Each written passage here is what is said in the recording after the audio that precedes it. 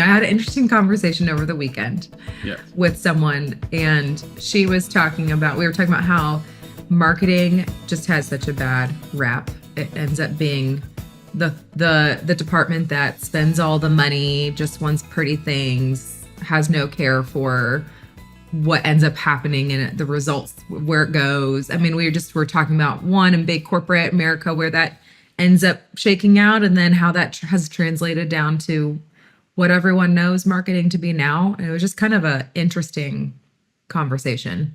I thought we could talk about that.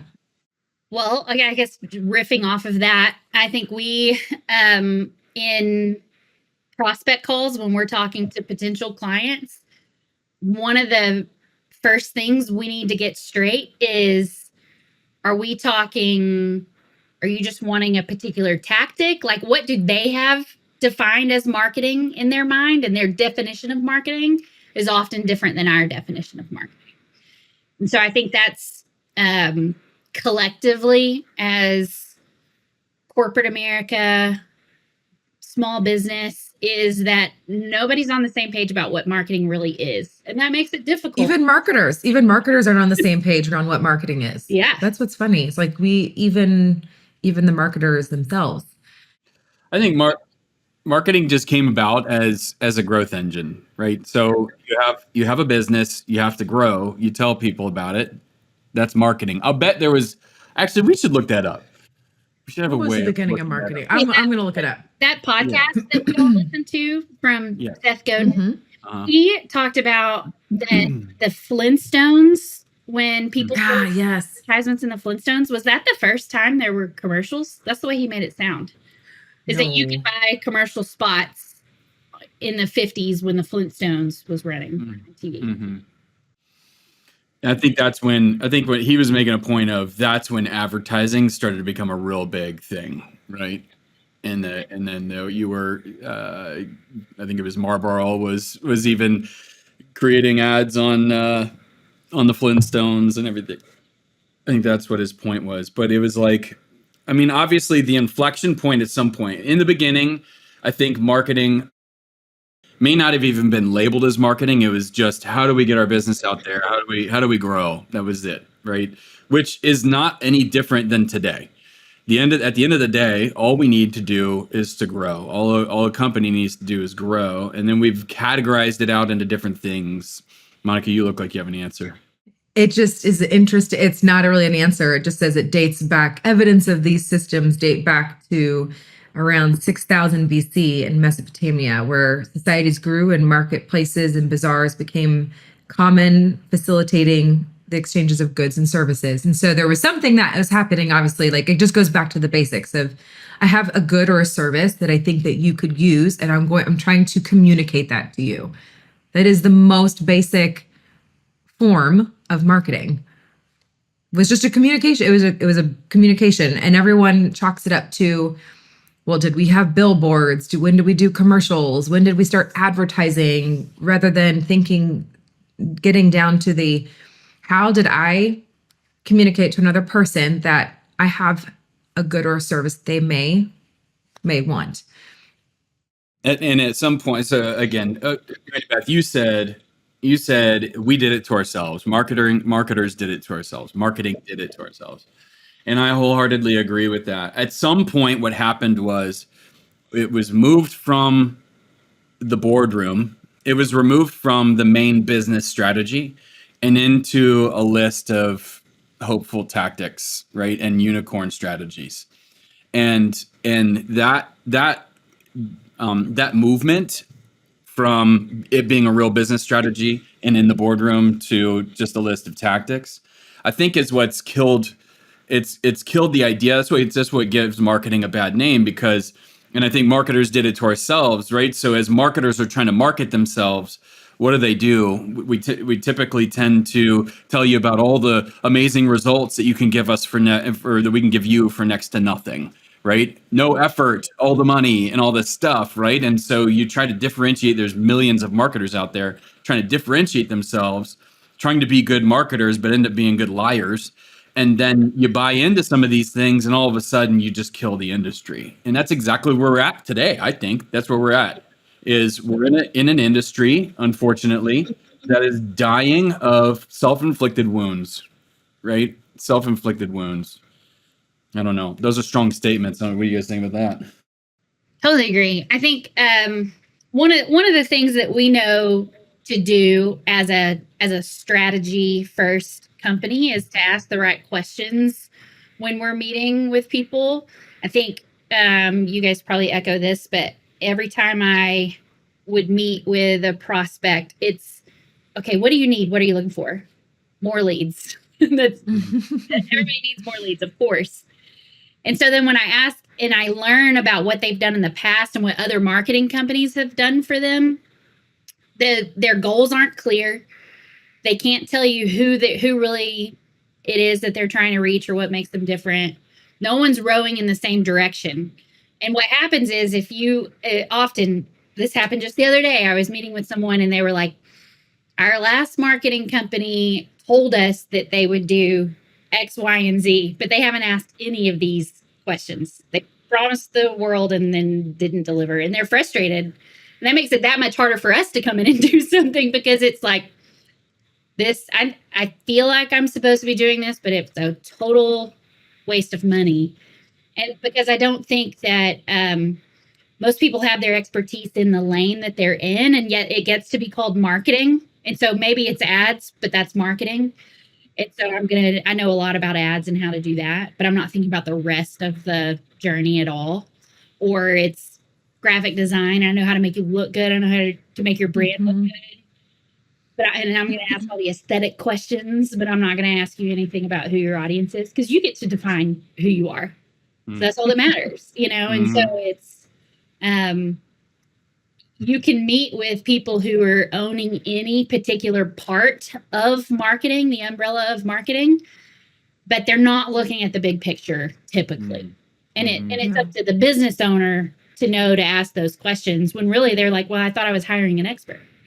That's what's so interesting about I think the reason, I often talk to people about what marketing is, like, what do you do for a living? And what do you, you're like, and it's like, oh, so you do social media or, you do brochures and stuff like that. And we're like, not real. I mean, like, that's just a little dropling in like the whole world of what we can do. And it's because I think it's gotten down to this where we are. So everyone knows we live in a society of instant gratification. And a lot of times what happens is a marketer comes in or someone comes in to help your business. And they're like, hey, if I get you a new website or a new business card or a new brochure, it's that instant gratification. We're going to feel like we're helping your business get in the right direction. And then, but it stops there. And then it just becomes this laundry list of things we can do to kind of spruce you up from the outside. Not because it's very, very good potential you need it, or that something needs to be reworked or rethought, or that you need assets to help you. But that's the instant gratification feeling. And then it's like, well, I need more of that. I need more of that. As opposed to do what you're saying and going and pulling way back and asking the questions of where you need to start. Because a lot of times you get into talking about pricing strategy or the way your products are structured or the way, what you've been doing currently in your lead gen efforts. And they're like, oh, that's, I didn't think you'd ask these questions, or I didn't think that, trickled over into what ends up becoming the beautiful things that can be produced at the end. But everyone's so eager to get to quick wins, quick results, quick everything, that we kind of just succumb to doing what's the lowest hanging fruit we can accomplish. And that's kind of ruined us, I think, to have that mentality all the time. I'm not saying we shouldn't pay attention to low hanging fruit, but that just becomes the base of what we are. Yeah, I mean, I think if we've taken our strategic credibility away, I'm just talking about us as an industry. If we've taken our strategic credibility away, then the only times that we need to really employ it is when we've got some cash that we're willing to lose, like we're going to Vegas, right? And so we show up to Vegas, we roll the dice, baby, and we hope for the best, right? And so it feels more like a crapshoot than it does an actual strategic growth methodology. And so when you think about it like that, and it's I'm not saying it's not about ROI, but it's usually about like dollar for dollar, week for week ROI, right? I mean, it's highly focused like that, which some things, some tactics are, but good strategies we know are aggressive, well-rounded strategies. They include long-term plays, short-term plays, and all that, and a methodology, a system within it all. That's good strategic growth. But again, when you're going to Vegas, you're hoping for that first roll to be the big one every time, right? It's a lottery. It's a gamble. And so because our industry has done what we've done to ourselves of making it look like a gamble, then it's treated like a gamble. And so it's like, I think what's important for marketers to realize is that there's something, if we don't like that, and I know we don't like that, but if we as an industry don't like that, then we've got to stop playing like it. We've got to start undoing that. We have to start being strategic.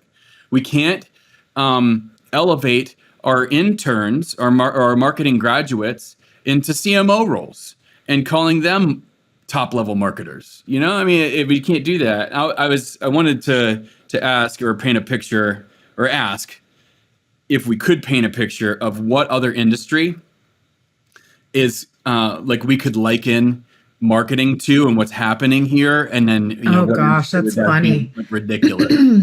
I have one in mind. I bet there's plenty. It's like, what other industry is like marketing where you take, I mean, there's two scenarios. There's no regulation on who calls themselves what. Anybody can be a fractional CMO overnight. And then the other thing is you mentioned it earlier, is we've got a bunch of fractioned out tacticians, which is fine. That's good. You need specialists. So like, where are specialists that can claim to be the whole? Well, the one that's coming to mind is just like, if you were to be you went to med school for a day and you were like, all right, put me in. I'm going to glove up. I'm ready. I'm ready for surgery, like right now. Yeah. Or you went to school for the 15 plus years that you needed to. You're, I don't know, ENT, and you're like, you know what? Today I'm gonna do heart surgery. Like I'm just gonna switch modes. Like that's the only thing I can compare it to, being obviously dramatic. But I agree. Well, Monica, you're about to build a new house. What if you hired your roofer to help you draw up all your plans? Exactly. You know what? Like I'm kind of like in this field, like I kind of deal with houses, but just the roof. So I'm just gonna take a stab at the whole thing. Let's just see what happens. You're basically a builder. Yeah. Yeah, you're an architect, surely. You understand homes. You're like, well, I understand the top of homes. I'm sure I could figure out the rest between. Why not? Why not? How hard could it be? How hard could it be? What's another funny one about like artists? I don't know why that came to mind. I feel like you can do anything. Actually, I feel like that's actually where it works. You could be like, overnight, I'm an artist because I put paint on the wall and this speaks to me. And then you're like, today I'm not an impressionist. I'm a whatever. I don't know. You just go from one to the next and call it art. It's probably really offensive to all the artists out there, because I definitely know there's a difference, but Monica's an artist. No. You're listening. I clearly don't even know the different styles and eras. What about you should hire me to pave your driveway, because I've driven on roads my whole life. Yeah, that's a now you're just being obnoxious. That's stupid. Oh, but it feels like, I'm sure that we could come up with, actually it'd be fun to do. We come up with a 20 or 30 or 100 examples of just the ridiculousness that marketing. I'm going to be a professional donut maker and sell donuts, because I know I know what I want in a donut. I love donuts. I've eaten them my whole life, almost every day. Yeah. Maybe not every day. So Maybe. I can definitely serve up the best donut because I've been frustrated sometimes with my day old donuts.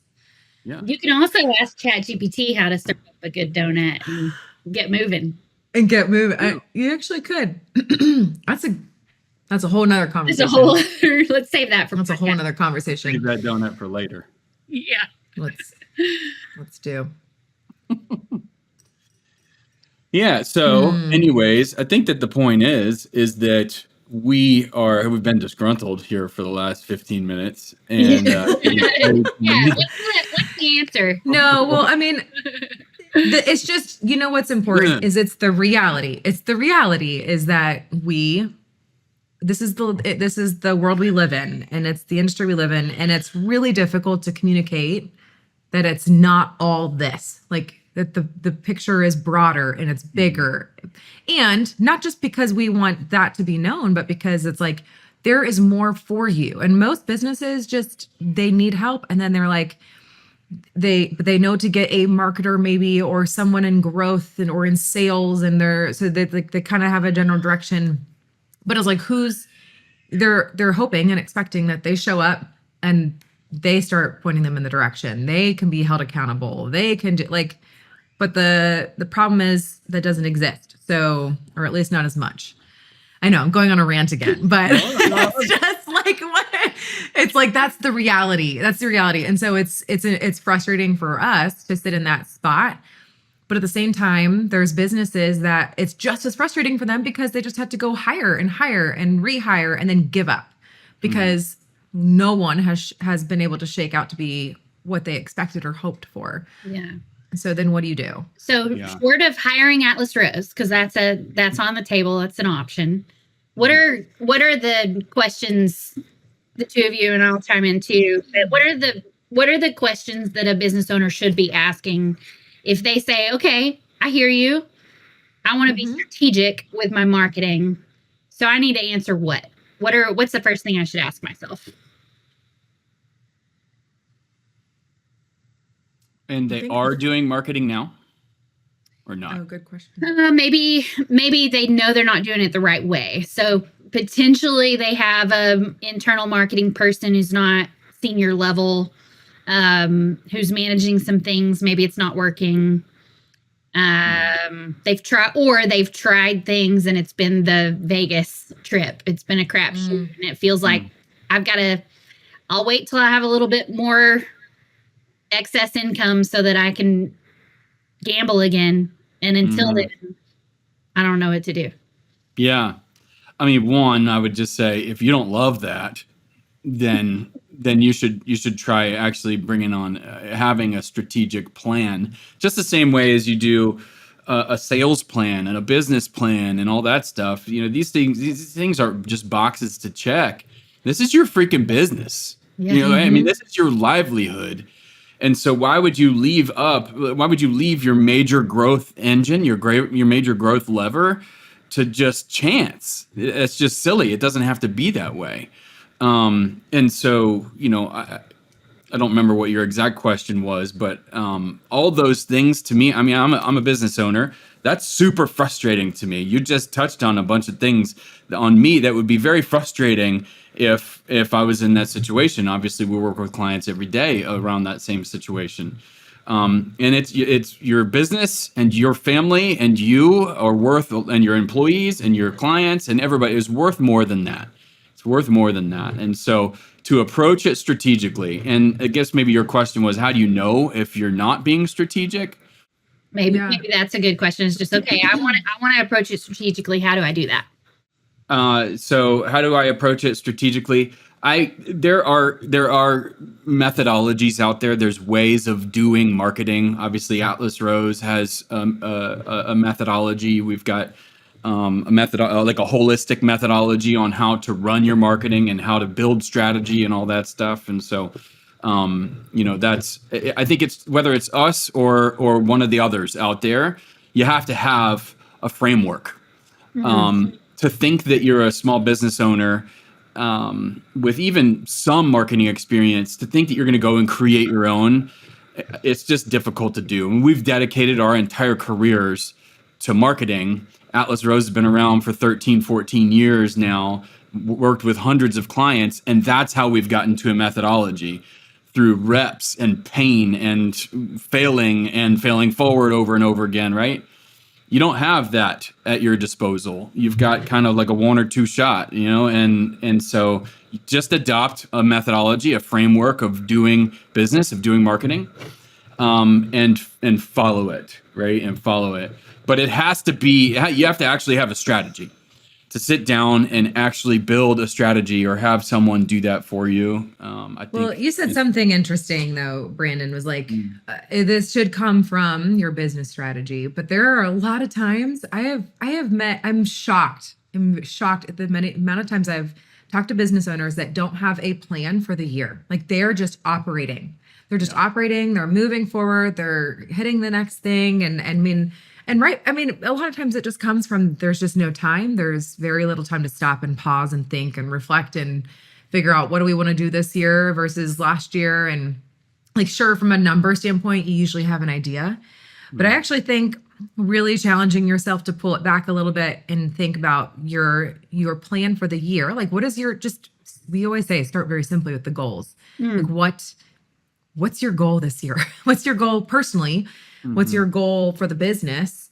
And then like that just starts, like it's a really simple roadmap to start driving the continued train of thought of like, well, then how am I going to get to that goal? Okay, I need, to do 20% more this year over last year. Well, that's going to come from these sales. Well, these sales are really struggling. Well, how do we fix that? And then you're not creating your own marketing plan, but you are at least driving in a direction that makes sense and is aligned with the whole business. Otherwise, you show up to a meeting with a marketer and they're like, what do you want to do in marketing this year? And they're like, well, I don't know. Our website probably needs help.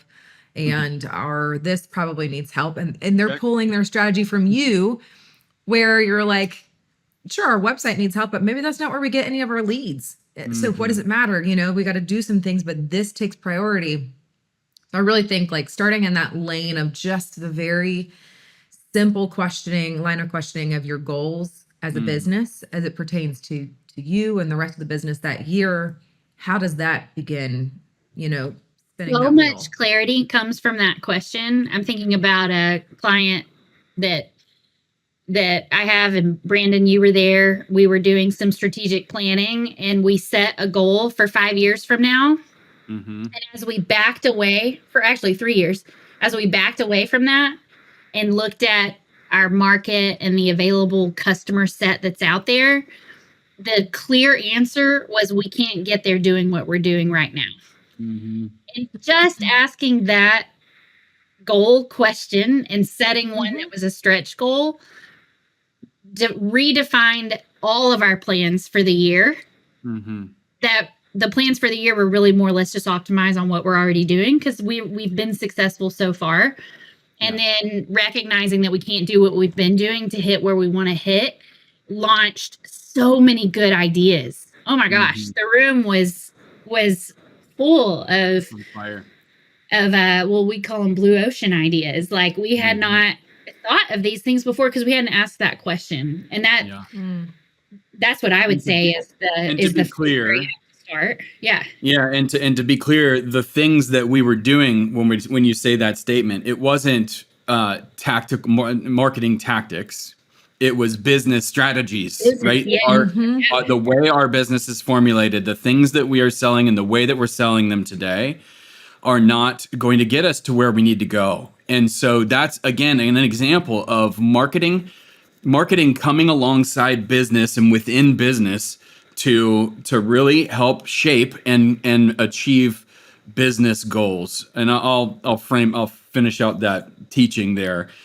Marketing goals only exist to fulfill business goals. That's why Monica's answer was perfect. That's 100% where we have to start.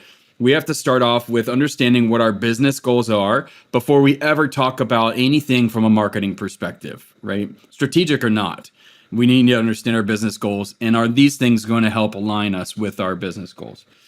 So if marketing goals only exist to fulfill business goals, then also business goals only exist to fulfill personal goals, right? So if your business and personal goals are misaligned, you're going to create an inauthentic person. If your business goals and your marketing goals are misaligned, you're going to create an inauthentic and an ineffective business brand, right? And so in either case, there's a major gap. And so when you have no personal goals and no business goals, but then you all of a sudden start throwing marketing tactics out there, it's a disaster. You're going to waste money. You're going to be efficient. It's chaos. It is chaos. Right. So the most simplest of plans you could possibly have is to spend 10 minutes and come up with your personal and your business goals. And then you can start talking about marketing. I think we can call it there. I think that there's more for us to discuss, but thankfully this is an ongoing podcast. Actually, I do want to say one thing, and I think we're going to spend another podcast on this. Sorry. Yeah. One more thing on this subject, and I think this could be a topic for another time too. But, so let's say you've done your personal goals, your business goals, and you're ready to sit down and start doing marketing goals. And the person that you talk to has marketing goals for you that are in alignment with their capabilities. Run away. Red flag. Red flag. Run away. Run away, because they're not being strategic. All they're doing is they're selling you services, right? Whether that be an agency or a fractional CMO or a whatever, type of marketer. If all they're putting on the table are the things that they're actually good at doing themselves, they're just being a one-trick pony again. And you do not need that. That is a whole episode, and also a really good game for like what are parallels. The thing that came to mind, I'm sure you can relate to this, Brandon. The thing that came to mind is when you go to like the makeup counter at the mall, and they're like, I can relate. Let me give you a little trial, and they're like, well, I can do your makeup for free, and like they're just trying to sell you what they have, right? So they put it on you, and it's this color doesn't match, and this cut. Like I just remember doing this and being like, this stuff is awful, and you're just caked on, and it's this whole inauthentic person. Actually, is what it comes to be. The colors don't match. The texture isn't right for your skin. Whatever it is, you look like a clown. But they're like, you look great. You look great. This is right for you. You should spend all $500 on this Estee Lauder. You're like, no, I can't. This doesn't make any sense, because it's not. You're just selling me what you have, and that is like a funny clown picture way of saying, run away. Don't stop at the makeup counter. Definitely spent $500 in Vegas one time because they got you. They pulled me in and got me with skincare, and they were talking about my eyes, and they put right here, and then they held up a mirror, and they were like, "Look at the difference between the two." And oh, amazing! Like, oh my gosh! I think it's there. It must be. It was actually a mirror that was like a trick mirror Filter. Yeah. Right, that'd be we'll a whole other podcast. Yeah, we'll save that topic for another podcast. In the meantime, maybe we can wrap up in thanking our sponsor, Estee Lauder. Yes. This is unofficial sponsor by Estee Lauder.